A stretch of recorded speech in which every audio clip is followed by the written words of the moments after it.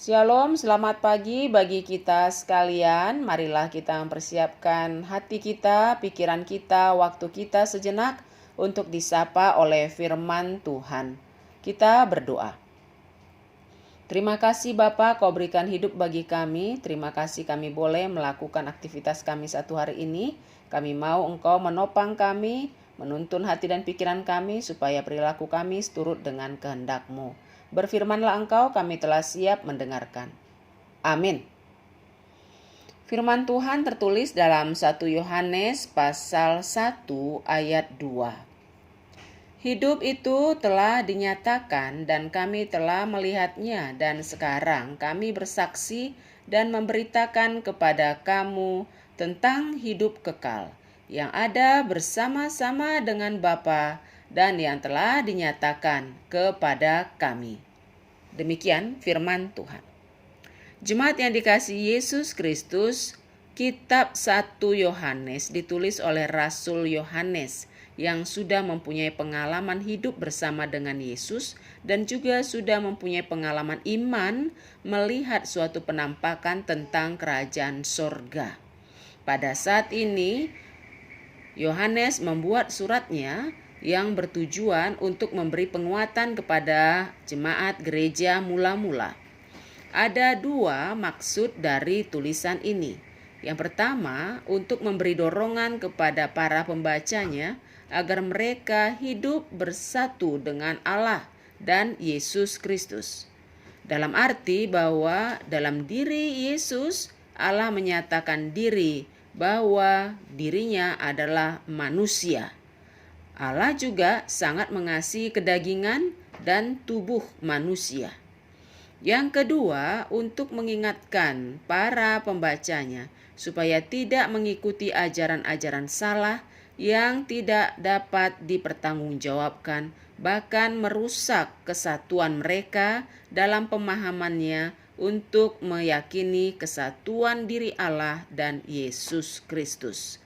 Ajaran itu disebut doketisme, berasal dari kata dokein yang artinya tampak atau seolah-olah kelihatan, yang mengatakan bahwa Yesus hanya tampaknya saja atau seolah-olah saja seperti manusia.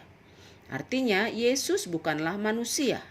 Ajaran yang salah itu didasarkan atas kepercayaan bahwa apa saja yang bersentuhan dengan dunia menghasilkan yang jahat. Jadi, ajaran ini adalah ajaran yang berdasarkan kepercayaan bahwa apa saja yang ada kaitannya dengan dunia, maka hal itu adalah sesuatu yang najis. Maka anak Allah yang ada dalam status Yesus Kristus dinyatakan tidak mungkin sebagai manusia seutuhnya. Guru-guru yang mengajarkan ajaran-ajaran yang salah itu berkata bahwa diselamatkan berarti dilepaskan dari urusan-urusan kehidupan di dunia ini.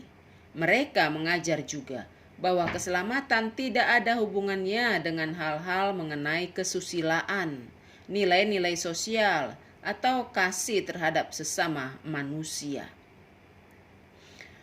Bertentangan dengan ajaran-ajaran itu, Yohanes mengemukakan dengan jelas bahwa Yesus Kristus sungguh-sungguh sudah menjadi manusia sejati. Ia menekankan juga bahwa semua orang yang percaya kepada Yesus serta mengasihi Allah harus pula mengasihi sesama manusia dan juga peduli terhadap ciptaan Tuhan lainnya. Oleh sebab itu, kasih kepada Allah harus dinyatakan melalui kekasih kepada sesama ciptaan Allah, termasuk kasih terhadap sesama manusia.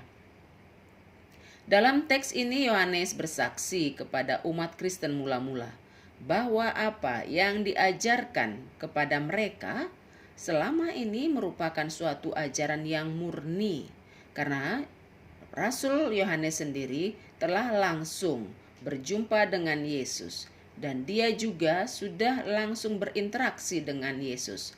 Itu sebabnya dikatakan di atas nats ini pada ayat 1, apa yang telah ada sejak semula, yang telah kami dengar, yang telah kami lihat dengan mata kami, yang telah kami saksikan dan yang telah kami raba dengan tangan kami tentang firman hidup, itulah yang kami tuliskan kepada kamu.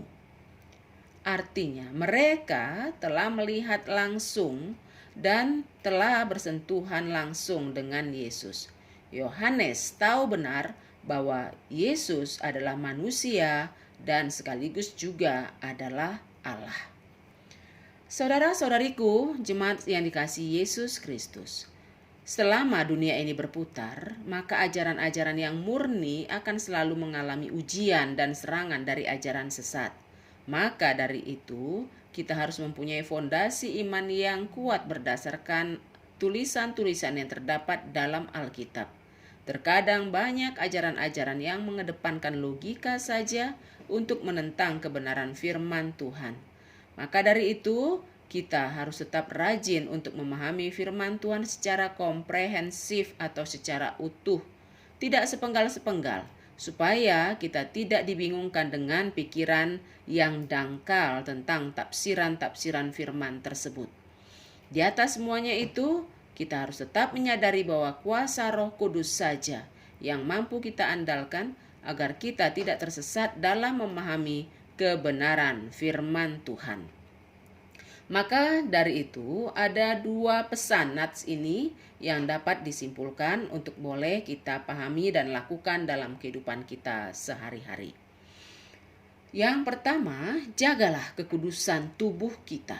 Sebagaimana pernah Paulus berkata dalam 1 Korintus 6 ayat 19, dikatakan di sana, atau tidak tahukah kamu bahwa tubuhmu adalah bait Roh Kudus yang diam di dalam kamu, Roh Kudus yang kamu peroleh dari Allah, dan bahwa kamu bukan milik kamu sendiri. Di sana kita diingatkan bahwa kita harus menjaga tubuh kita ini karena tubuh kita ini bukan milik kita sendiri, tapi adalah milik Allah. Dan yang kedua, agar kita menjaga kebersihan dan kesehatan tubuh kita. Di situasi pandemi saat ini banyak orang yang ingin menerjemahkan bahwa apa yang sedang terjadi ini adalah hukuman Tuhan. Kita tidak bisa mengklaim bahwa itu 100% benar.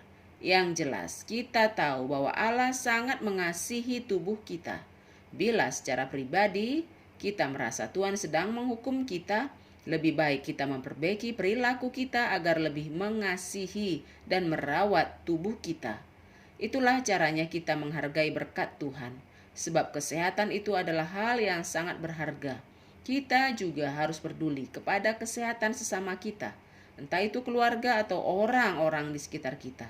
Kita juga punya tanggung jawab untuk menjaga kesehatan lingkungan kita. Marilah kita mematuhi saran dari pemerintah untuk mendukung analisa para ahli dan juga untuk melakukan hal-hal yang diarahkan oleh pemerintah, misalnya melakukan sikap untuk tetap menjaga protokol kesehatan, kita memberi diri untuk divaksin, kita tetap boleh berupaya semampu mungkin untuk menyehatkan negeri ini, agar kita juga berkontribusi untuk menyehatkan negeri ini melalui cara-cara yang mampu kita lakukan pribadi lepas pribadi. Intinya, bila kita betul-betul mengasihi Allah, maka kasihilah tubuhmu, kasihilah orang lain yang ada di sekitarmu. Amin. Marilah kita berdoa.